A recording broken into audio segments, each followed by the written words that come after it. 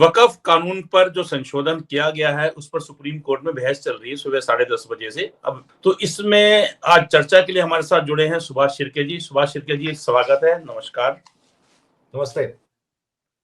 सुभाष जी, जो इसमें 3 मुख्य चर्चा जिन बिंदुओं पर हुई है लंच से पहले, उसमें यह था कि पूरे कानून पर चर्चा ना होके जो सॉलिसिटर जनरल थे केंद्र सरकार के, उनकी तरफ से रखा गया कि जो 3 बिंदु हैं जिन पर अंतरिम आदेश पारित हुआ था पिछली उस पर, जिसमें सुप्रीम कोर्ट में केंद्र सरकार ने कहा था कि हम 3 बिंदुओं को स्थगित रखेंगे, इन पर आगे नहीं बढ़ेंगे।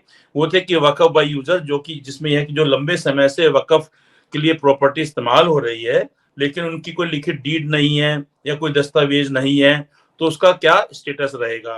दूसरा था वकफ बोर्ड का ढांचा, वकफ बोर्ड हो या वकफ परिषद हो, तो उसमें कोई भी गैर मुस्लिम जो है वो सदस्य ना बनाया जाए। तीसरा था कि कलेक्टर की जांच की, अगर कलेक्टर कोई जांच करता है कि ये कोई वकफ की कोई संपत्ति किसी सरकारी जमीन पे नहीं है तो नहीं है, अगर वो इसकी जांच करते हैं तो जब तक जांच रहेगी तब तक उस प्रॉपर्टी का स्टेटस जो है वकफ का नहीं रहेगा। तो ये 3 बिंदु थे जिन पर सरकार ने भी कह दिया था कि हम अगली तारीख तक जो है इस पर जो है अपनी कोई कार्रवाई नहीं करेंगे। तो आज उन्हीं पर ही चर्चा हो रही है, क्योंकि अभी सुप्रीम कोर्ट का कोई आदेश नहीं आया है, तो यह भी एक चर्चा का ही विषय है। लेकिन हम कोर्ट से बाहर अगर हम चर्चा करते हैं एक आम नागरिक की हैसियत से, या जो इसमें इशू उठाए गए हैं कि भाई हमारा जो आर्टिकल है, ये संविधान का जो अनुच्छेद, उसके अंदर लिखा गया 14, 15, 25, 26, 29 व 30, जिसमें कि सबसे ज्यादा जोर इस बात पर दिया गया कि धार्मिक संगठनों को अपने धार्मिक संगठनों की या उनकी जो गतिविधियां हैं या धार्मिक स्थल है, उनकी पूर्ण जिम्मेदारी धार्मिक संगठनों पर ही रहनी चाहिए। धार्मिक स्वतंत्रताएं जो है वो पूरी रहे, और आजादी रहे धर्म की, उसकी परंपराएं निभाने की आजादी रहे। धर्म एक निजी मामला है जिसमें सरकार हस्तक्षेप ना करे। तो कुल ओवरऑल जो है वो जिसमें यही उठाया गया था। तो हम आपसे जानना चाहेंगे कि आप इन बातों से कितना सहमत हैं। देखिए, इसमें पहले हम ये इससे पहले जो सरकार ने कोर्ट को बताया था कि 2 चीजें आश्वासन उन्होंने दिया था, उसमें जैसे आपने बताया कि एक तो वक्फ के विधिनियम में जो विवादास्पद प्रावधान है उनको अगले आदेश तक लागू नहीं किया जाएगा, और दूसरा उन्होंने जो बताया था कि वक्फ बोर्ड में गैर मुस्लिम सदस्यों को शामिल नहीं किया जाएगा। ये बात तो हुई, लेकिन बाकी जो 5 रीट याचिकाएं हैं वो मुख्य मामला सुप्रीम कोर्ट मान के चल रही है। इस मामले में बाकी जो चीजें हैं, जैसे इंटरवेंशन एप्लीकेशन किया है वो अलग अलग नेताओं ने, और जैसे जिसमें ओवैसी भी है, उन्होंने वो किया है। 6 भाजपा शासित राज्यों ने केंद्र सरकार का समर्थन किया है और संशोधनों को संवैधानिक रूप से वैध और आवश्यक उन्होंने बताया है। ये जो वक्फ संशोधन विधेयक 2025 संसद के दोनों सदनों में गहन बहस के बाद पारित हुआ था, और 5 अप्रैल 2025 को राष्ट्रपति ने इस विधेयक को अपनी मंजूरी दे दी थी, जिसके बाद ये कानून बन गया था। केंद्र ने अपने प्रारंभिक जो एफिडेविट हलफनामा है उसमें सर्वोच्च न्यायालय से याचिकाओं को खारिज करने का आग्रह दिया है और तर्क दिया है कि ये अधिनियम संवैधानिक गारंटियों का उल्लंघन नहीं करता। अब बहस ये चल रही है कि क्या ये कानून जो बन गया है, वक्फ का संशोधन कानून, वो उसको खारिज किया जाए या नहीं, और इसको लेकर पैरवी इसमें चल रही है। सबसे बड़ी बात महेश जी, मैं आपको बताऊं कि नए जो चीफ जस्टिस है गवई साहब, उन्होंने जैसे ही पदभार संभाला वो मुंबई में आए थे, और मुंबई में उन्होंने बड़ी अहम चीज कही है। उन्होंने कहा है कि संविधान सबसे ऊपर है। जो उपराष्ट्रपति जगदीप धनखड़, इनका जो आग्रह था कि पार्लियामेंट सबसे ऊपर है, तो उसको उन्होंने विरोध किया है। एक तरह से उपराष्ट्रपति की जो बात है वो उन्होंने काटी है। ये सबसे बड़ा अहम पहलू इसमें माना जाएगा, क्योंकि पार्लियामेंट ने जो पास किया है वो संवैधानिक कसौटी पर खरा है कि नहीं, ये सुप्रीम कोर्ट तय करेगा, और ये जो तय करना है वो बहुत ही महत्वपूर्ण है। और इसमें जो अपना जो रुख है वो सुप्रीम कोर्ट के चीफ जस्टिस ने साफ किया है, जो इस बेंच में शामिल है। भाई जी, ठीक। मेरा आपसे पूछना ये था कि अगर हम इसको लेते हैं इस मुद्दे को कि सुप्रीम कोर्ट में तो जो भी सुनवाई होगी, क्योंकि उसके बाद से जो है ये नेक्स्ट जो फ्राइडे आ रहा है, फिर सुप्रीम कोर्ट में छुट्टियां पड़ जाएंगी और सेकेंड वीक ऑफ जुलाई तब तक छुट्टियां रहेंगी।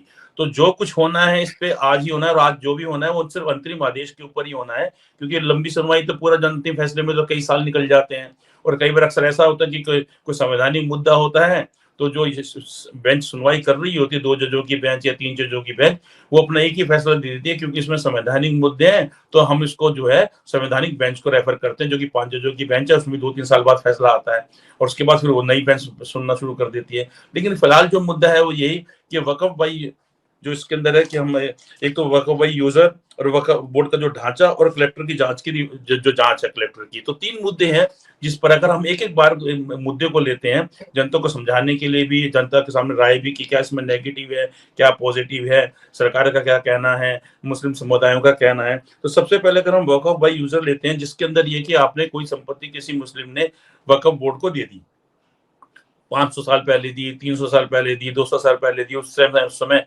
लिखत पढ़त भी इतनी ज्यादा नहीं होती थी, भ्रष्टाचार भी नहीं होता था, लोगों की जबान रहती थी, और लोगों का धर्म के प्रति आस्था भी जो है निष्ठा बिल्कुल निस्वार्थ भाव से होती थी, और जमीन दे देते थे वो, और सब कुछ जमानी भी दी जाती थी तो जमानी ही मान ली जाती थी।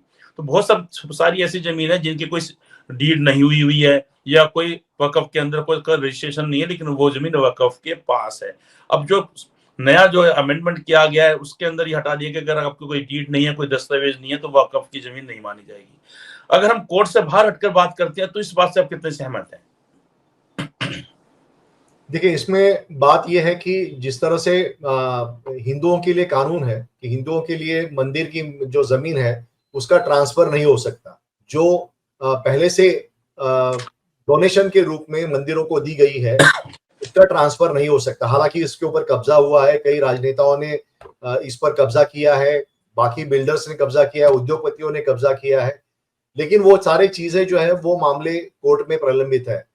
तो यही मामला वक्फ की बोर्ड को लेकर, वक्फ की जमीन को लेकर है। यहाँ पे जैसा आप जानते हैं कि मुगल रूल रहा है, और मुगल जो भी बादशाह थे और जो नवाब थे उन्होंने कई जमीनें जो है वो मस्जिदों के लिए और बाकी चीजों के लिए उन्होंने दान में दी है।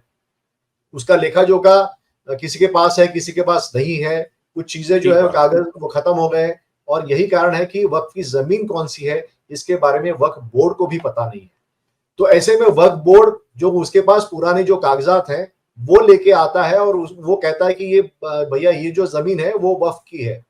तो वहां पे जो कब्जा किए बैठे हुए जो लोग हैं वो अगर गैर मुस्लिम होंगे तो जरूर वो खफा होंगे, वो कहेंगे कि हम पुश्तों से हमारी पीढ़ियां यहाँ पे रह रही है, आप ऐसे कैसे अचानक आ गए और आप बात कर रहे हैं। तो जो मंदिरों की जमीन का हश्र हो रहा है वैसे ही वक्फ की जमीनों का हश्र हो रहा है, और इसको हिंदू मुस्लिम टूल दिया जा रहा है। लोग कह रहे हैं कि ये हमारी जमीन है, वक्फ इसको अभी हम वहां पे बस गए हैं तो हम नहीं उसको ये कर सकते। तो सवाल ये पैदा होता है कि सरकार को अगर ये जमीन बचानी है नहीं बचानी है इसका पहले फैसला करना पड़ेगा। तो वो फैसला सिर्फ ना मुस्लिमों के लिए होगा, हिंदुओं के लिए भी सेम होगा, क्योंकि मंदिरों के वक्फ के जमीन पे जो अतिक्रमण हुआ है वो अगर आप लीगलाइज करेंगे तो उसका मतलब है कि मंदिरों की जमीनों पे जो अतिक्रमण है वो भी लीगलाइज आपको करना पड़ेगा। तो ये जो चीजें हैं, ये चीजें एक धर्म के आधार पे आप उसमें दो चीजें नहीं आप कर सकते, तो इसलिए हमें ये देखना होगा। दूसरा, सुप्रीम कोर्ट में सुनवाई में चीफ जस्टिस ने बड़ी अहम बात कही है।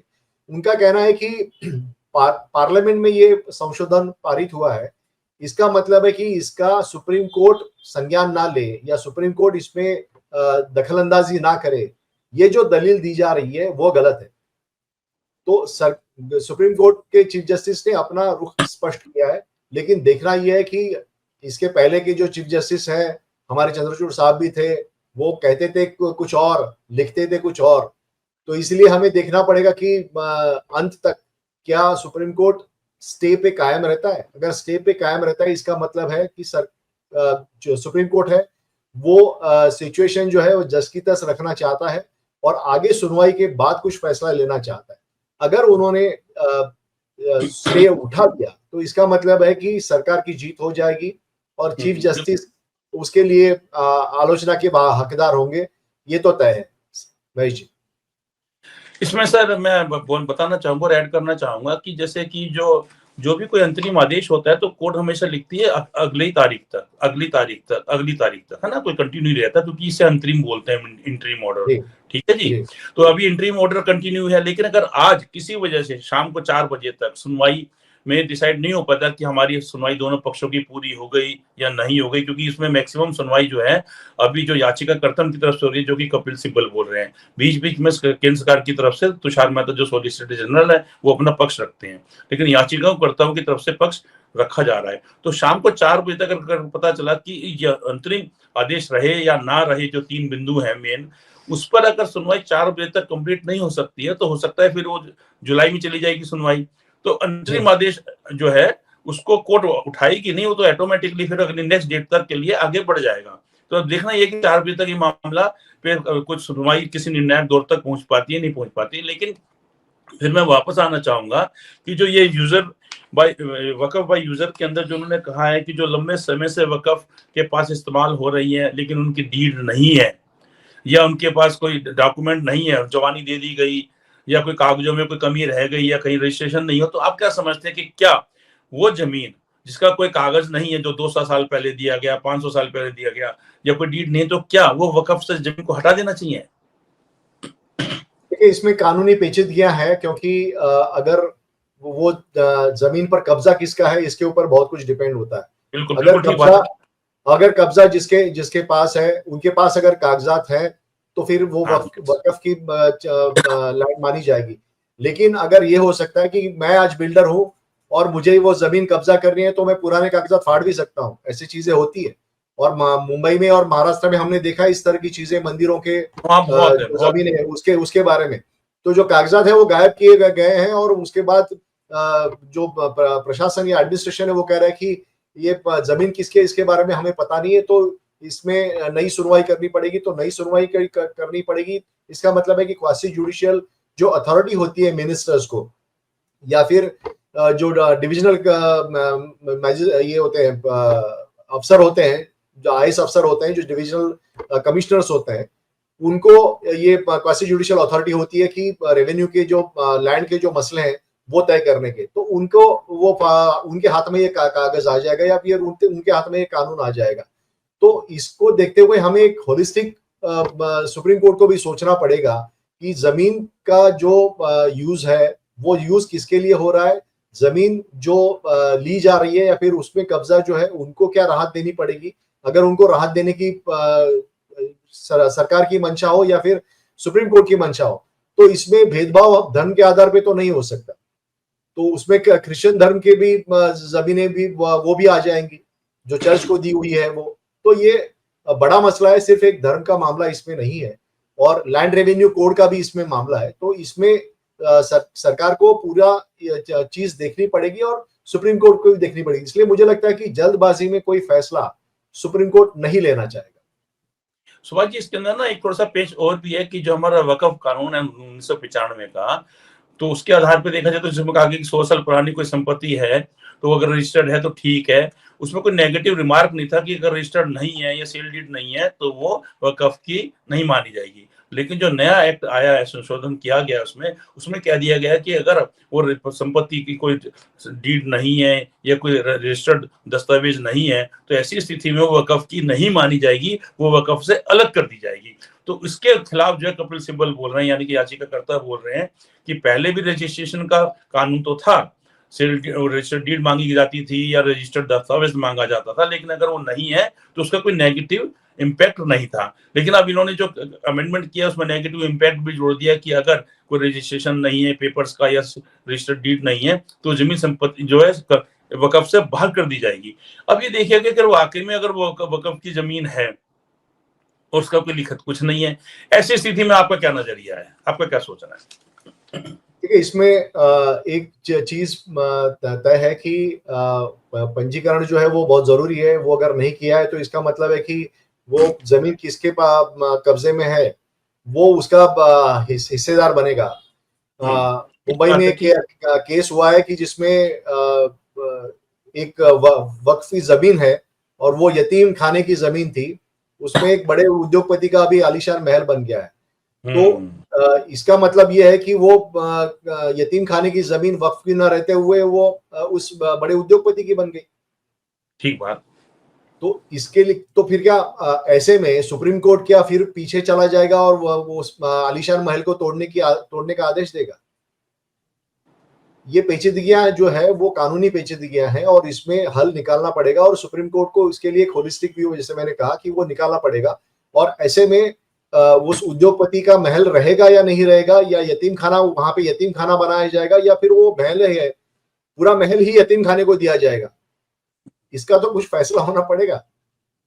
तो ये चीजें जो है वो इतनी आसान नहीं है और इसमें सरकार को भी एक नजरिए से देखना वो उचित नहीं होगा और इसमें कोई डेडलाइन तय करनी पड़ेगी कि जिसमें ये अभी तक की जो वक्फ बोर्ड की जो जमीन है वो सारी जमीन पंजीकरण करने के लिए प्रयास करने पड़ेंगे, तब जाके ये वक्फ की जमीन है वो आने वाले पीढ़ियों के काम में आएगी। अगर आपको वक्फ हटाना है, मंदिरों की जमीन का जो कानून है वो भी आपको हटाना है और सारी जमीनें बिल्डर को देनी है, तो फिर अलग बात है। तो आप उस तरह से फिर फैसला ले लीजिए, फिर कोई जो जमीन ऐसी बचेगी नहीं जो बिल्डर के हाथ में ना हो। तो उसमें जो हम फिर धार्मिक जो हम बातें कर रहे हैं, फिर ऐसा होता तो अयोध्या में जमीन नहीं मिलती आज की तारीख में राम मंदिर के लिए। तो ये पूरा जो उसका पूरा विचार होके ये सरकार को करना पड़ेगा और मुझे लगता है कि सुप्रीम कोर्ट में भी जो दलीलें दी जा रही है वो अभी कुछ इनिशियल स्टेज पे है। आगे जाके उसके और उसके जो एंगल्स है वो सारे आ जाएंगे और उसके बाद सुप्रीम कोर्ट को उस पर फैसला देना पड़ेगा। तो ये फिर सिर्फ सरकार की जीत है या सुप्रीम कोर्ट का जो नया चीफ जस्टिस है उनकी हार है, इतने छोटे लेवल पे हमें ना देखते हुए एक लॉन्ग टर्म जो बातें हैं कि जो देश की जमीन है उसका उपयोग कैसे हो, इसके लिए हमें देखना पड़ेगा। क्योंकि मंदिर जरूरी है, मस्जिद जरूरी है, चर्च जरूरी है, गुरुद्वारा जरूरी है, ये सारी चीजें जरूरी है।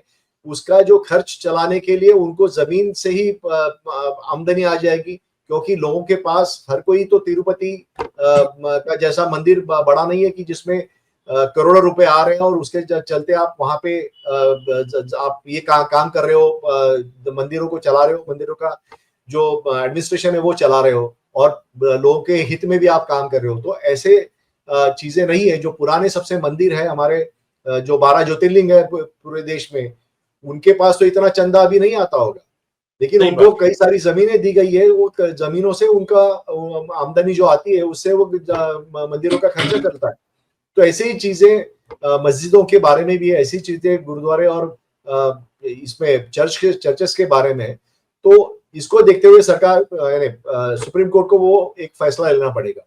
महेश जी, सुभाष जी, इसके अंदर जो दूसरा बिंदु है वो ये था वक्फ बोर्ड का ढांचा, कि जो वक्फ बोर्ड है या वक्फ परिषद है उसके अंदर गैर मुस्लिम जो है वो भी मेंबर रखे जा सकेंगे। आप इस बात से कितना सहमत है? जो कोर्ट का आदेश आएगा वो तो अलग बात है, ठीक, वो तो आदेश तो खैर अभी अंतरिम ही आना है, फाइनल जो जजमेंट आएगी उसमें तो बहुत साल बीत जाएंगे। लेकिन सवाल ये कि क्या आप इस बात से कितने सहमत है कि जैसे अगर कोई हिंदुओं का कोई मंदिर है तो उसके अंदर क्या कभी कोई गैर हिंदू को रखा गया है? या सिखों का होता है अपना गुरुद्वारा प्रबंधक कमेटी है, क्या उसके अंदर नॉन सिखों का भी रखा जाता है? लेकिन यहाँ पर जो सरकार जिस प्रकार से इस एक्ट में अमेंडमेंट करके लाई है और कहा गया कि जो मुस्लिम्स का बोर्ड है, वक्फ बोर्ड या वक्फ परिषद, उसके अंदर गैर मुस्लिम्स जो है उनको भी रखा जाएगा, तो इस बात को आप कितना उचित मानते हैं? कि क्योंकि सरकार क्या कर रही है ये नहीं है जरूरी है हमारा संविधान, और हमारा संविधान में जो हमारे जो अनुच्छेद दिए गए हैं, जैसे कि अनुच्छेद 14 है, 15 है और स्पेशली 25, 26, 29 और 30, ये तो सिर्फ धार्मिक भावनाओं से ही जुड़े हुए हैं, धार्मिक स्वतंत्रता से जुड़े हुए हैं और अपने परंपराओं से जुड़े हुए हैं। और धर्म के अंदर जो विचारधारा है, परंपराएं हैं, उनको अगर हम कंटिन्यू रखते हैं तो उसके अंदर कोई गैर धर्म का आदमी जो है नहीं शामिल होता, क्योंकि हर धर्म हम देखते हैं, सिख्स हैं उनकी प्रबंधक कमेटी है, वो अपने कॉलेज चलाते हैं, अपने गुरुद्वारे चलाते हैं, अपने स्कूल चलाते हैं, तो लेकिन उसके अंदर कहीं कोई नॉन सिख तो नहीं आता है। लेकिन यहाँ पर जिस प्रकार से सरकार ने रखा है, इस बात से क्या आप सहमत हैं? देखिए, धर्म की जब बात होती है तो वो मसला बहुत ही नाजुक मसला होता है और ऐसे में जिस धर्म की वो जमीन है उस धर्म के ही लोगों को उसका मैनेजमेंट करना चाहिए, ऐसा मेरा मानना है। क्योंकि अगर समझ ली मान लीजिए कि अगर तिरुपति मंदिर का जो टेम्पल ट्रस्ट है, वहां पे अगर कोई मुस्लिम या कोई क्रिश्चियन वहां पे आता है और वो वहां पे कुछ गलत चीजें करता है या गलत प्रथाएं वहां पे शुरू करता है, तो इसका विरोध पुरजोर विरोध होगा और ये एक सिर्फ यानी धर्म का मामला ना होते हुए लॉ एंड ऑर्डर का मामला हो जाएगा। तो ऐसे में सरकार कुछ यानी ये बीजेपी सरकार है, वो अपने जो कॉन्स्टिट्यूंसी है उसके उनके जो लोग हैं, वोटर्स हैं, उनको खुश करने के लिए ये चीजें कर रही है कि मुस्लिम जो वक्फ ट्रस्ट है वहां पे गैर मुस्लिम को वहां पे वो भर्ती करना चाहते हैं। सुप्रीम कोर्ट में ये जो सुनवाई है उस वक्त अगर मुस्लिम के पक्षकार हैं, उन्होंने अगर मांग की फिर ये सिर्फ मुस्लिमों को क्यों किया जा रहा है, फिर हिंदू और क्रिश्चियन और गुरुद्वारा में भी ऐसा ही का आप कीजिए, क्योंकि कानून तो सबके लिए समान है। तो धार्मिक स्वतंत्रता का जो मुद्दा है, वो धार्मिक स्वतंत्रता का मुद्दा संविधान में जो है उसको उसके कसौटी पे ये वक्त का जो संशोधन अधिनियम है, कानून जो है वो परखा जाएगा। और ये परखने के लिए सुप्रीम कोर्ट वहां पे बैठे हुआ है, सुप्रीम कोर्ट के जस्टिस वहां पे बैठे हुए, उनको ये ध्यान रखना पड़ेगा कि आइसोलेशन में देखने वाला केस नहीं है। ये सारे धर्मों का संबंध इससे है। आज अगर मान लीजिए सुप्रीम कोर्ट ने कहा कि हाँ गैर मुस्लिम को आप रख सकते हैं, तो कल जाके बाकी धर्म के लोग भी बोलेंगे कि हमारे धर्म के आदमी को आप अलग अलग ट्रस्ट में, गैर धर्म के ट्रस्ट में आप रख लीजिए। तो उस वक्त सुप्रीम कोर्ट अपने ही इस केस का हवाले देकर उसको मानना पड़ेगा। ठीक बात। तो क्या उस धर्म के या उस समुदाय के लोग उसको मानेंगे, सुप्रीम कोर्ट का मानेंगे, या फिर वो बोलेंगे नहीं ये जी ये तो आस्था का विषय है। जैसे राम मंदिर में हमने भूमिका ली थी कि ये आस्था का विषय है, इसमें और कोई कोर्ट का कोई हस्तक्षेप नहीं होगा। तो आस्था का विषय है तो फिर उस कोर्ट अगर हस्तक्षेप नहीं करता, ये बात अगर हम सुप्रीम कोर्ट में राम मंदिर के बारे में कह रहे थे, तो फिर हम वक्फ के बारे में हम कैसे कह सकते? सुभाष जी, जो हमारे संविधान के अनुच्छेद है, अगर हमको देखते हैं कि उनका हमारे और आपके नजरिया एक ही है और याचिकाकर्ता का भी नजरिया एक है कि उनका उल्लंघन हो रहा है। सरकार का कहना है कि हमने कोई उल्लंघन नहीं किया। एक बार को हम सरकार के नजरिए से सोचते हैं और कहते हैं, उस पर चर्चा करते हैं कि सरकार ने कहा कि नहीं साहब, हम जो है मुस्लिम्स के उसमें गैर मुस्लिम को ले आते हैं, जैसे किसी हिंदू को अगर उसमें ले आते हैं बॉडी में, तो क्या ये संभव है? जैसे कि हमने भी देखा है कि काफी सुप्रीम कोर्ट के अंदर भी कुछ एडवोकेट्स हैं जो हमेशा मुस्लिम्स की पैरवी करते हैं, उनके अधिकारों के लिए, हित के लिए भी लड़ते हैं। वो अलग बात है कि सरकार किसको शामिल करती है, उसकी विचारधारा क्या होगी। कोई जरूरी नहीं कि हर किसी की विचारधारा ऐसी हो कि जो मुस्लिम्स के साथ ही खड़ा हो। बेशक से वो अगर आ गया कि उसने कहा मैं मुस्लिम्स के साथ हूँ, लेकिन उसकी विचारधारा किसी पार्टी विशेष के साथ है, राजनीतिक पार्टी के साथ। और आपको तो पता है हमारे देश के अंदर आज कल जो भाजपा है उसका अहम मुद्दा क्या है? विकास तो रहा या नहीं रहा, नौकरियां रही या नहीं रही, लेकिन हिंदू मुसलमान जो है वो तो बिल्कुल टॉप पर है। इस बात से कोई नजरअंदाज नहीं कर सकता है, कोई मुंह नहीं फेर सकता है। लेकिन अगर हम सरकार के ही मंशा देखते हैं, उनका कहने के नहीं, अगर हमने कोई गैर मुस्लिम वक्फ बोर्ड में या वक्फ परिषद में डाल दिया, तो क्या आप समझते हैं कि उससे क्या कुछ अहित हो जाएगा? वो क्या ऐसा कुछ क्या करेगा कि जिससे मुस्लिम्स को नुकसान होगा? नहीं, देखिए सरकार ने ये दलील दी है कि एडमिनिस्ट्रेशन को सही रखने के लिए हमने गैर मुस्लिम का हमने वहां पे प्रावधान हम लोग कर रहे हैं। तो इसका मतलब है कि मुस्लिम वहां पे एडमिनिस्ट्रेशन ठीक से कर नहीं सकते, ऐसा सरकार का मंशा होगा, या सरकार ऐसा कहना चाहती है? अगर सरकार ये कहना चाहती है कि फलाना धर्म का व्यक्ति ही अच्छा एडमिनिस्ट्रेटर है, दूसरे धर्म का व्यक्ति अच्छा एडमिनिस्ट्रेटर नहीं है, इसका मतलब है कि वो फिर संविधान के अनुरूप काम नहीं कर रही है। ठीक बात है। तो ये पूरी तरह से साबित होता है। और इसलिए मुझे लगता है कि ये जो मामला है, सरकार को एक नॉन इशू को एक इशू बना के सरकार यहाँ पे पेश कर रही है, जिसमें जो बुनियादी मुद्दे हैं उस पर चर्चा ना होते हुए ऐसी मुद्दों पे चर्चा हो, और देश के सामने जो असली मुद्दे हैं, फिर वो महंगाई है, बेरोजगारी है, ट्रम्प ने जो टैरिफ्स लगाए हैं, जो हम उसको नमस्कार करके हम सारे टैरिफ्स को मान रहे हैं, उससे जो हमारी इंडस्ट्री पे असर होने वाला है और उसमें बेरोजगारी बढ़ने वाली है, इस पर जो चर्चा होनी चाहिए वो चर्चा ना होते हुए बात यहाँ पे हो रही है कि वक्फ की जमीन जो है वो उसमें एडमिनिस्ट्रेटर कौन हो। ये बात इतनी महत्वपूर्ण नहीं है। धर्म रुक सकता है लेकिन पेट रुक नहीं सकता। जी तो बात पेट की बिल्कुल जो ठीक। भूख है ठीक, वो रुक नहीं सकती। बिल्कुल ठीक बात। ऐसे में ये पेट की भूख है, उसको पहले हम ध्यान देना चाहिए, उसको हम तवज्जो देनी चाहिए, मुझे ये लगता है। और सुप्रीम कोर्ट ने भी तुरंत इसकी सुनवाई लेने की आवश्यकता क्या थी, ये मैं समझ में नहीं आया मुझे। लेकिन बाकी मसले भी कई सारे हैं। हमारे जो महाराष्ट्र के सरकार किसकी है, वो सही है या गलत है, इसका फैसला अभी तक 3 साल हो गए हुआ नहीं है। तो ऐसे में जो धर्म का ये जो मुद्दा है, उससे कोई अभी तकलीफ किसी को नहीं है, और ऐसा कोई बड़ी चीज आन नहीं पड़ी है, या कोई प्रॉब्लम खड़ा नहीं हुआ है कि जिसके तहत वक्फ के इस संशोधन जो कानून है उस पर तुरंत सुनवाई ली जाए। तो मुझे लगता है कि सरकार यानी सुप्रीम कोर्ट को ये स्टे कायम रखना चाहिए, और उसके बाद जो सुनवाई होगी उसके बाद उसका फैसला लेना चाहिए। सुभाष जी, अभी तीसरे बिंदु में मैं बाद में आएंगे, जो कलेक्टर की जांच है कि वो जो जमीन है वकफ की है या नहीं है, उस पर मैं बाद में आता हूँ। लेकिन मैं रिवर्स कर रहा हूँ क्योंकि आपने बात जो उठाई है काफी महत्वपूर्ण है। उसी में मैं जोड़ना चाहूंगा कि जो बीजेपी है, बीजेपी की सरकार है केंद्र में, उनका जो मंशा थी वो उसमें तो सक्सेस हो चुकी है। कि देखिए, हमने जो है ये कानून ले आए हैं जिसमें कहीं ना कहीं जो हिंदू मुसलमान वाला इशू हो जाता है, उसके बाद उन्होंने उसको लागू कर दिया कानून को। अब अगर कोई सुप्रीम कोर्ट से स्टे होता है या सुप्रीम कोर्ट में मामला चला जाता है, तो ये सरकार तो जनता के सामने कहने के लिए खड़ी हो ही गई है कि हमने तो अपनी तरफ से कर दिया था जी। जो कर रहा है वो अदालत कर रही है, और जितने टाइम तक मामला अदालत में रहता है उतने टाइम तक जो है भाजपा उस चीज का फायदा उठाती है। जैसा कि आप अयोध्या का ले लीजिए, कि जब तक अयोध्या का मामला मंदिर में रहा या अयोध्या का मंदिर नहीं बना, उसका उसका जो है बोलने की वो अपने अंजाम पर नहीं पहुंचा मामला, तो उसका फायदा बीजेपी उठाती रही। जब अयोध्या का मुद्दा खत्म हो गया, सुप्रीम कोर्ट का आदेश आ गया, तो भाजपा को मजबूरन दूसरे इशू पे आना पड़ा। तो अब ये इशू अगर हम देखते हैं, तो आप इस बात से कितना सहमत है कि भाजपा ने जो अपना एक रणनीति अपनाई है, उसके बाद सुप्रीम कोर्ट में चाहे भले स्टे है चाहे सुनवाई है, भाजपा को तो इसका फायदा मिलना था, मिलना है, और आगे कुछ सालों तक जब तक ये अंतिम आदेश नहीं आता आएगा वो मिलता रहेगा। इस बात से आप कितना सहमत है?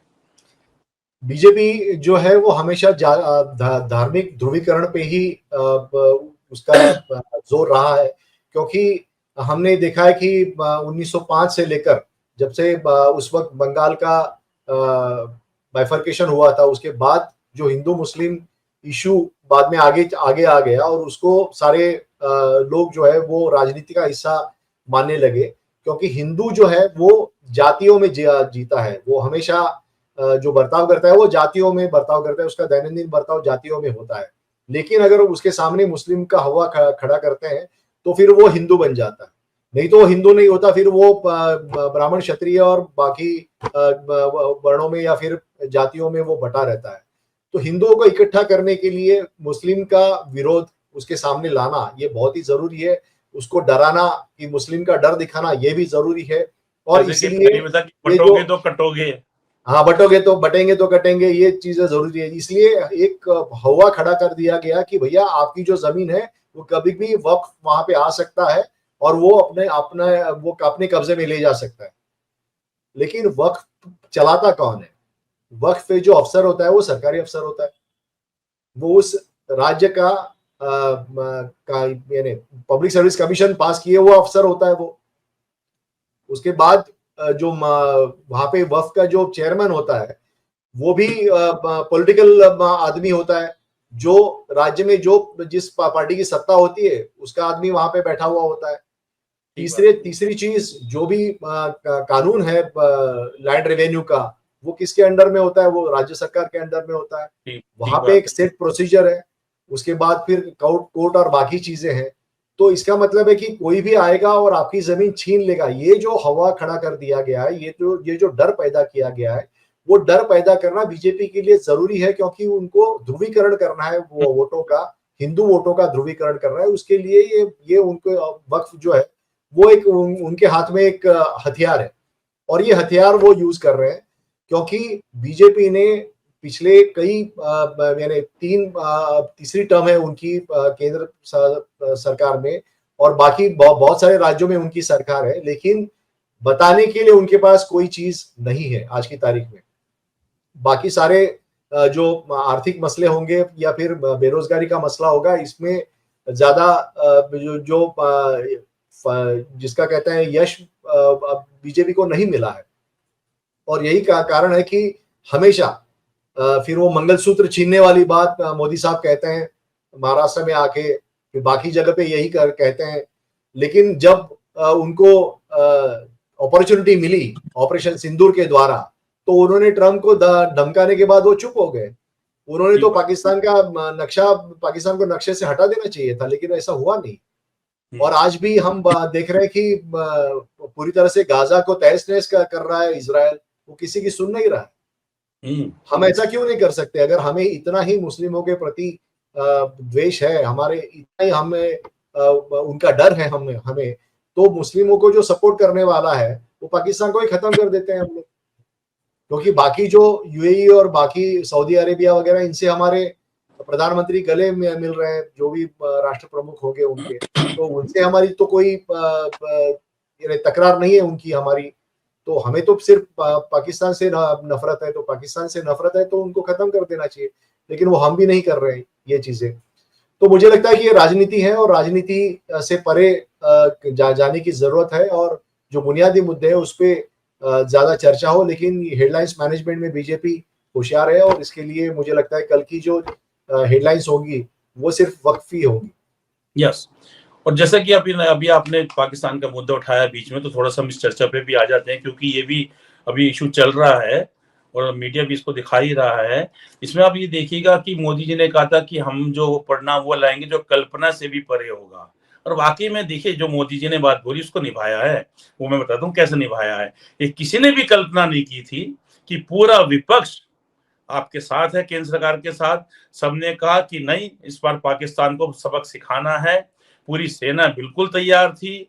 उसके बावजूद उन्होंने जो फैसला लिया है कि वो सबकी कल्पना से परे था, सीज फायर।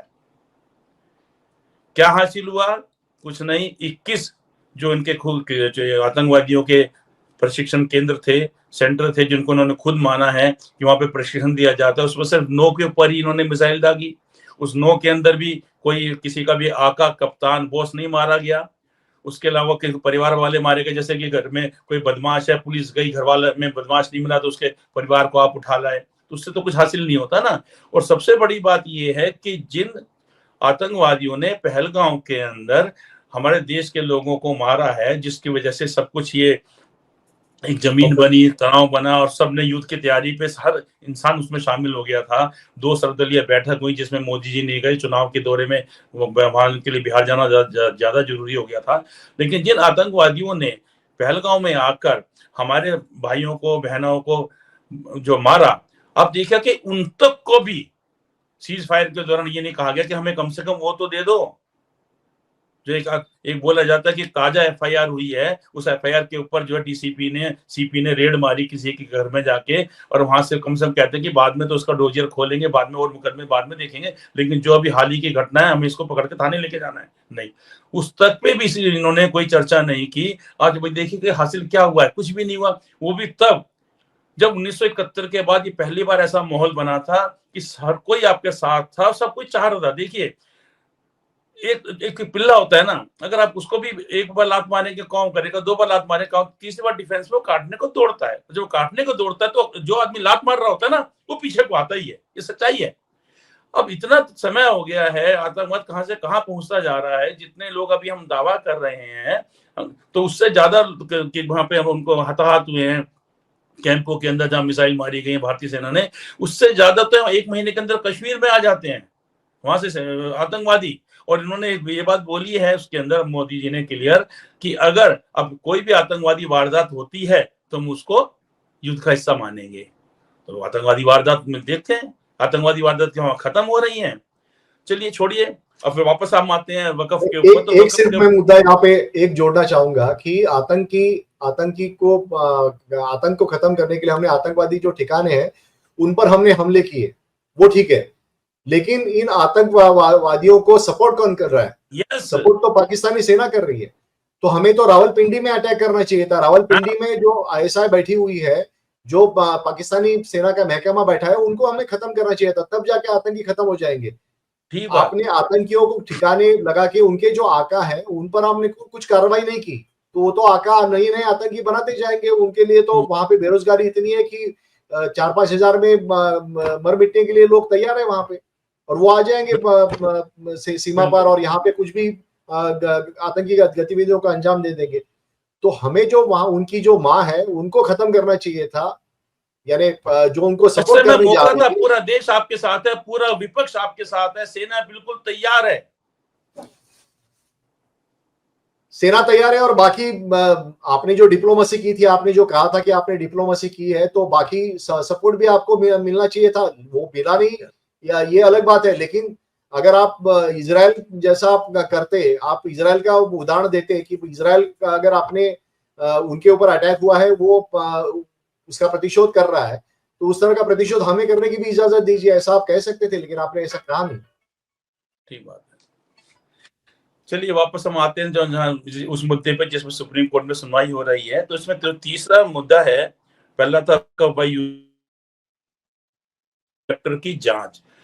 जो कलेक्टर है वो किसी प्रॉपर्टी की जांच करता है वक्फ से जुड़ी हुई, कि कहीं से सरकारी संपत्ति पे तो नहीं है, सरकारी जमीन पे तो नहीं है। और उसके अंदर ये कहा गया कि जब तक वो जांच पूरी नहीं हो जाएगी तो उसका जो स्टेटस है वक्फ का नहीं रहेगा। तो जांच तो बहुत लंबी चलती है, आपको पता है। और जांच का मतलब कितने राज्यों में तो बीजेपी की सरकार, कलेक्टर साहब जांच हो रही है, दूध का दूध हो जाएगा, पानी का पानी हो जाएगा, किसी को क्या आपत्ति है।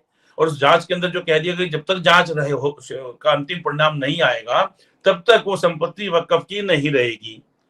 इस बात पे आपका क्या नजरिया है? देखिए, मैंने वही आपको उदाहरण दिया था कि बड़े उद्योगपति ने वहां पे यतीम खाने की जमीन है, अगर मान लीजिए कि वो यतीम खाने की जमीन है कि नहीं इसकी जांच हो रही है, तब तक भाई साहब ने वहां पे महल बनवा दिया। आपने जांच मान लीजिए आपने पूरी की, अगर आप बहुत ही नेक इंसान है, कलेक्टर बहुत ही नेक इंसान है और बहुत ही दबाव में ना आने वाला अगर इंसान है, उसने जांच की और पाया कि हाँ जी वहां पे यतीम खाना था, यतीम खाने की जमीन थी, तो क्या आप महल गिरवाओगे?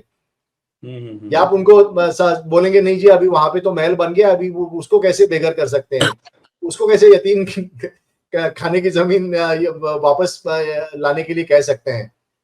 तो इसका मतलब है कि ये जो दलील दी जा रही है मुस्लिम पक्षकारों की तरफ से कि ये जमीन हड़पने की साजिश है, और शायद जमीन हड़पने की साजिश आरोप लगाना कितना उचित रहेगा ये अलग बात है, क्योंकि सिस्टम है, सिस्टम के तहत ये सारी चीजें होनी पड़ेगी। लेकिन एक दिखाने की कोशिश हो रही है कि देखिए हम कुछ भी कर सकते हैं, हम जो मुस्लिमों को है वो डरा रहे हैं, और अपनी जो कॉन्स्टिट्यूंसी है, अपने जो वोटर्स हैं उनको खुश कर रहे हैं, ये दिखाने की ये सारी कोशिश है। और इसके लिए कलेक्टर वाला ये मामला जो है वो उसमें डाला गया है, जो मुझे लगता है कि कानून की कसौटी पे खरा नहीं उतरेगा। इसका मैं उदाहरण देना चाहूंगा आम दर्शकों के लिए। जैसे कि किराएदार मकान मालिक का झगड़ा है और उसके अंदर जो है कि जैसे कोर्ट में केस जाए तो हमारे एक नया कानून ये बन गया है कि जब तक कोर्ट का फैसला नहीं आता किराएदार को उठा के बाहर कर दिया जाएगा और मालिक जो है मकान मालिक ही माना जाएगा। उसका किराया कितना है, कितना लेना है, कितना देना है, या प्रॉपर्टी में कोई डिस्प्यूट है, कोई मालिकाना हक का है, या कोई पकड़ी के जो है पैसा वो गया हुआ है, ये सब जब तक डिसाइड होगा तब तक बहुत साल लग जाएंगे। लेकिन तब तक जो उसमें रह रहा है उसको बाहर कर दिया जाए। तो ये तो इस प्रकार का है, मतलब बेहद ही अटपटा है। और क्यों किया जा रहा है वो आप भी जानते हैं, हम भी जानते हैं। और इसके अलावा एक चीज इसमें बात और भी थी कि इसमें यह आया कि अगर कोई अपनी संपत्ति देता है तो 5 साल से उसने इस्लाम को कबूला हुआ हो, प्लस वो इस्लाम की जो गतिविधियां हैं, धर्म का पूर्ण पालन कर रहा हो। क्या ये संभव है कि जैसे कि एक आदमी है, वो हिंदू है और वो क्या वो मंदिर जा रहा है या नहीं जा रहा, मंदिर जा रहा है तो किस भगवान जी की पूजा कर रहा है, कितने समय कर रहा है। ऐसे मुस्लिम्स के लिए कहा गया कि वो अपने धर्म का कितना पालन कर रहा है, जो उसका तरीके हैं क्या उसका भी पूरा अनुपालन पालन कर रहा है नहीं कर रहा। ये कितनी अटपटी बात है ये।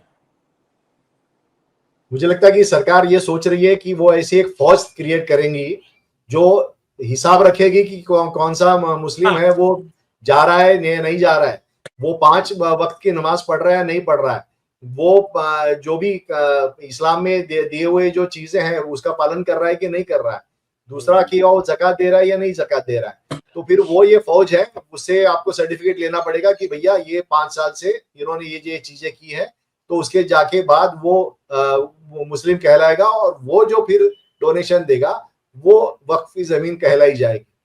तो ये सरासर बेवकूफी है। लेकिन ये बेवकूफी का काम वोटिंग पॉलिटिक्स के लिए करना जरूरी है बीजेपी को। और उनके वोटर्स जो है वो आज इतने हम देख रहे हैं कि ट्रोलर्स बन गए हैं कुछ लोग, उसमें से जो बाकी कोई बात सुनते नहीं है, वो व्हाट्सएप यूनिवर्सिटी के शिकार बन गए हैं। और वो उसके लिए जो भी उनके सामने जो भी मैसेज आएगा वो तुरंत बिना पलक झपकाए फॉरवर्ड कर देते हैं, जितने भी लोग होंगे उनको।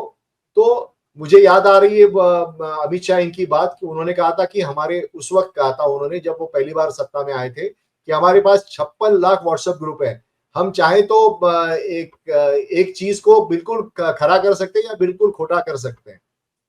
तो ये जो 56 लाख होंगे, मुझे लगता है अब वो 1 करोड़ से भी ऊपर हुआ होगा या फिर 2 करोड़ भी हुआ होगा अदानी की बदौलत। लेकिन वो चीजें जो है वो मिस इन्फॉर्मेशन जो है उसके कितने लोग शिकार हो रहे हैं और उससे कितना नुकसान कई पीढ़ियों को होगा, क्योंकि इसका मानसिक भी असर होता है। और मैं देख रहा हूँ कि आप भी देख रहे होंगे अपने आजू बाजू में, जो कोई भी ग्रुप किस काम के लिए बना हो उसमें अचानक से पॉलिटिकल पोस्ट डाले जाते हैं। लोग देखते नहीं है कि वो ग्रुप किसके लिए बना हुआ है। फैमिली के ग्रुप में लोग डिस्कस कर रहे हैं और एक दूसरे के दुश्मन बन रहे हैं। तो ये चीजें जो है मिस इन्फॉर्मेशन की जो शिकार हो रहे हैं, उस मिस इन्फॉर्मेशन को एक सपोर्ट करने के लिए इस तरह की चीजें जो है वो सरकार की तरफ से सामने आती है। इससे क्या होता है कि लोग जो है वो एक दूसरे के झगड़े करते रहे, एक दूसरे से झगड़े करते रहे, लेकिन जो असली चीजें हैं, जो पेट की भूख की चीजें हैं, उसके बारे में ना सोचे। जो नौकरियां जा रही है उसके बारे में लोग ना सोचे। बेरोजगार कितने हो गए, वो आज कैसे जी रहे हैं, ये इसके बारे में कोई सोच नहीं रहा है। जो 80 करोड़ लोग 5 किलो अनाज के लिए मोहताज हो रहे हैं, उनके बारे में कोई नहीं सोच रहा है। तो ये जो चीजें हैं कि वो हमें देखनी पड़ेगी और लोगों को भी इसके ऊपर विचार करना पड़ेगा। महेश जी। सुभाष जी, जो सुप्रीम कोर्ट में सुनवाई अभी तो 4 बजे तक चलेगी, उसके बाद ही कुछ रिजल्ट निकलेगा। लेकिन मेरा यह सौभाग्य है कि आपसे चर्चा हो रही है और हमारे दर्शक भी आपकी चर्चा को काफी पसंद करते हैं। तो थोड़ा सा हम वापस जो पाकिस्तान और भारत का एक मुद्दा है, आतंकवाद का मुद्दा है, उस पर भी मैं आपसे चर्चा करना चाहूंगा। तो उसमें ये देखिए, जो सीज फायर की क्या समय सीमा है और क्या वो समय सीमा क्या अपने आप में कामयाब हो रही है, थोड़ा सा इस पर चर्चा करें, बताइए आप। जी नहीं, ये उसमें सबसे बड़ी बात यही है कि हम टर्की और अजरबैजान पाकिस्तान के पक्ष में आए, इसलिए हम चिल्ला रहे हैं, हम उस पर बाइकआउट करने की बात कर रहे हैं। लेकिन भारत के पक्ष में कौन आया? यस, जो भी आया उन्होंने कहा कि भैया पाकिस्तान से आप बात करो। चीन ने यही कहा, रशिया ने यही कहा, अमेरिका यही कह रहा है। तो हमको साथ किसने दिया? बाकी जो सारे जो हमारे प्रधानमंत्री इतने देशों का दौरा करके इतने देशों के राष्ट्र प्रमुखों को गले में मिलके वापस आ गए, उनका जय जयकार विश्व गुरु के नाम से किया जाता है, वो ठीक है, उनके समर्थक करते होंगे, लेकिन उसका फायदा क्या हुआ?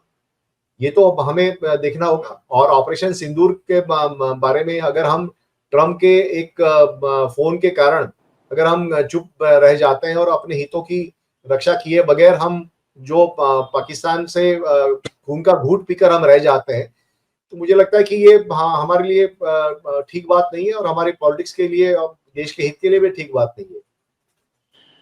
सुभाष जी, सिर्फ 9 आतंकी शिविरों पर मिसाइल दागी गई, कोई इसमें आका ने मारा गया, और उसके अलावा जो मेन पहलगांव में जिन्होंने हमला करा, जिन्होंने हमारे हिंदुस्तानियों को मारा, उनकी कोई गिरफ्तारी की बात नहीं है, पाकिस्तान से बात नहीं की गई, या जिसने बीच में समझौता कराया उससे कोई बात नहीं की गई, कम से कम हमें वो तो सौंप दीजिएगा। और अब जनता में बेशक से अंधभक्त बैठे हैं, गोदी मीडिया वाले बैठे हैं, क्योंकि मीडिया है, गोदी मीडिया है, काफी देखा जाता है, जनता में तो एक परसेप्शन वही जाता है जो मीडिया दिखाता है। लेकिन फिर भी आप बताइएगा कि जो जनता के बीच में ये सीज फायर से क्या संदेश गया? अब उसके अंदर हम अंधभक्तों को भी शामिल कर सकते हैं और जो एक जनरल पब्लिक है उसको भी, दोनों को हम शामिल कर रहे हैं। देखिए, जो समर्थक है वो तो बल्ले बल्ले कह रहे हैं, वो कह रहे हैं कि हमने जी इतना किया, हमने उतना किया, हमने ये किया वो किया। हमारे जो कुछ मीडिया के दोस्त हैं उन्होंने तो इस्लामाबाद पे कब्जा किया था, कराची पे कब्जा किया था, और लेकिन अभी कब्जा उनको छोड़ना पड़ा बेचारे को। और वो सरकार भी उनकी पुष्टि नहीं कर पाई, तो जो कब्जा हुआ नहीं हुआ वो बातें जो है उससे न्यूयॉर्क टाइम्स में एक राइटअप भी आया है जो भारतीय मीडिया की इज्जत उन्होंने उतारी है कि कैसे बेशर्मी से भारत के मीडिया ने ये चीजें की, और जो भारत की मीडिया की जो एक साख इससे पहले होती थी वो साख को कैसे ठेस पहुंचाई है, इसका पूरा कच्चा चिट्ठा उस न्यूयॉर्क टाइम्स के आर्टिकल में देखा जा सकता है। मीडिया जो है वो चीयर लीडर्स बन गई, ऐसा उन्होंने शब्द का इस्तेमाल किया है जो मुझे लगता है कि हम सबके लिए शर्मनाक होगा। और ये ये दाग धुलने के लिए कितना समय जाएगा ये भी मुझे पता नहीं है, लेकिन एक है कि पूरा देश ये देख रहा था, उसको एक उम्मीद थी कि नरेंद्र मोदी सत्ता में है, प्रधानमंत्री है, तो पाकिस्तान को वो सबक सिखाएंगे। मोदी साहब, मुझे पता है कि 2002 में जब वो मुख्यमंत्री थे गुजरात के, तब वो 2017 का चुनाव हो, उसके पहले का चुनाव हो, यहाँ पे गुजरात के विधानसभा चुनाव में वो पाकिस्तान का मुद्दा लेकर आते थे और पाकिस्तान को इशारा देते थे। परवेज मुशर्रफ जब वहां पे ये इसके राष्ट्र प्रमुख थे पाकिस्तान के, तब उन्होंने उनका मुद्दा लिया था चुनाव प्रचार में। जब मणिशंकर अय्यर नाम के जो कांग्रेसी राजनेता है, उन्होंने उनको जब गलत भाषा का इस्तेमाल उनके बारे में किया, तब उन्होंने कहा कि ये सारी चीजें जो है देखिए पाकिस्तान के इशारे से हो रही है और मुझे इसमें एक तरह से बैड लाइट में दिखाने की कोशिश की जा रही है। तो लोगों को एक उम्मीद ये थी कि नरेंद्र मोदी इनके हाथ में अगर सत्ता आ जाए तो वो एक खुद को उन्होंने सरदार पटेल के रूप में प्रस्तुत किया था, तो जाहिर है कि पाकिस्तान के 2 टुकड़े क्या, पाकिस्तान के 4 टुकड़े हो जाएंगे या फिर उनको नक्शे से ही हटा दिया जाएगा। सवाल ये था कि बलूचिस्तान की यहाँ पे भी हम खबरें देख रहे थे कि वहां पे तो वो बात कर रहे थे कि हमें सपोर्ट करें, हम वहां पे अलग बलूचिस्तान करेंगे। यस, लोग तो कह रहे थे कि ईरान का भी हमें सपोर्ट मिलेगा, अफगानिस्तान में जो तालिबानी सत्ता है वो पाकिस्तान से दुखी है तो वो हमें सपोर्ट करेगी, तो बलूचिस्तान को हम आजाद करा सकते थे। लेकिन यहाँ पे बीजेपी के नेता ये तर्क दे रहे थे कि देखिए 1971 में हमने बांग्लादेश को अलग किया, पाकिस्तान के 2 टुकड़े किए, लेकिन क्या हुआ, एक मुस्लिम और राष्ट्र पैदा हो गया। बलूचिस्तान को अगर हम कैसे खड़ा करेंगे तो और एक मुस्लिम राष्ट्र पैदा हो जाएगा, उससे हमारा कुछ फायदा नहीं है। अब ये बात इंदिरा गांधी ने तो सपने में भी नहीं सोची थी कि क्या 1971 में पाकिस्तान ये बड़ी मतलब अजीब सी बात है, या कहने बिल्कुल ना समझे वाली बात है कि पाकिस्तान है, पाकिस्तान जो है एक तरफ जो बांग्लादेश बना दिया गया, अलग कर दिया गया, अदरवाइज तो वो हिस्सा भी पाकिस्तान था, हमारी दूसरी तरफ भी पाकिस्तान था, तीसरी तरफ चाइना, पूरा हिंदुस्तान हमारा घिरा हुआ था। जो इंदिरा जी ने फैसला लिया कि अपनी सेना जो है वहां पे उतारी और उसको जो अलग बांग्लादेश को पाकिस्तान से अलग कर दिया। अदरवाइज तो वहां देखिए कि जब 1971 का युद्ध हुआ उस समय हम इतने संपन्न भी नहीं थे और वहां पे लाख शरणार्थी बांग्लादेश से आते उनको भी खिलाना पड़ता। फिर 94,000 जो है पाकिस्तानी सैनिक जिनका आत्मसमर्पण कराया गया सामने, उनको भी राशन देना पड़ता। तो जिनको तो प्रिजनर ऑफ वार हैं वो तो वापस भेजे ही जाते हैं, वो किसी को नहीं दिख रहा। और अलग से बात की जाती है कि पीओके तब क्यों नहीं लिया गया, तो पीओके अगर आपको लेना है तो पाकिस्तान से युद्ध करना है, तो युद्ध उन्होंने नहीं किया तो आप कर लीजिए। फिर आज आप सत्ता में बैठे हैं, आप कर लीजिए ना, बिना युद्ध करे तो पीओके नहीं मिलेगा किसी को भी, चाहे इंदिरा जी थी, चाहे अटल जी बाद में थे, चाहे मोदी जी हैं। तो जिसको भी मिलेगा पीओके युद्ध से मिलेगा। तो युद्ध करने के लिए तो आप अधिकृत है, आप युद्ध कर ले लीजिए ना, कोई ऐसे तो पीओके मिल नहीं जाएगा कि हम दुकान पे गए और जाके हमने मांगा और मिल जाए। तो ये कहना कि पीओके नहीं मिला, बांग्लादेश 2 हिस्से कर दिए, इधर भी एक मुस्लिम देश हो गया, उधर भी मुस्लिम देश हो गया, तो सर समझ में नहीं आता कि मतलब किस प्रकार की बेतुकी बचकाना बातें करते हैं और सामने वाले को समझाते भी हैं और आगे वाले भी समझ लेते हैं कि ये भी बड़ी समस्या है कि आगे वाले भी उस बात को समझ लेते हैं। चलिए आज की चर्चा को हम यहीं समाप्त करते हैं। जो सुप्रीम कोर्ट में वक्फ पर सुनवाई चल रही है, 4 बजे के बाद देखते हैं सर क्या होता है, फिर दोबारा से चर्चा करेंगे आपके साथ। नमस्ते, धन्यवाद। और आप हमसे जुड़े रहने के लिए सब्सक्राइब करें YouTube पर, फॉलो करें Twitter पर और लाइक करें Facebook पर। और ज्यादा जानकारी के लिए आपको टाइप करना होगा सिर्फ न्यूज नशा।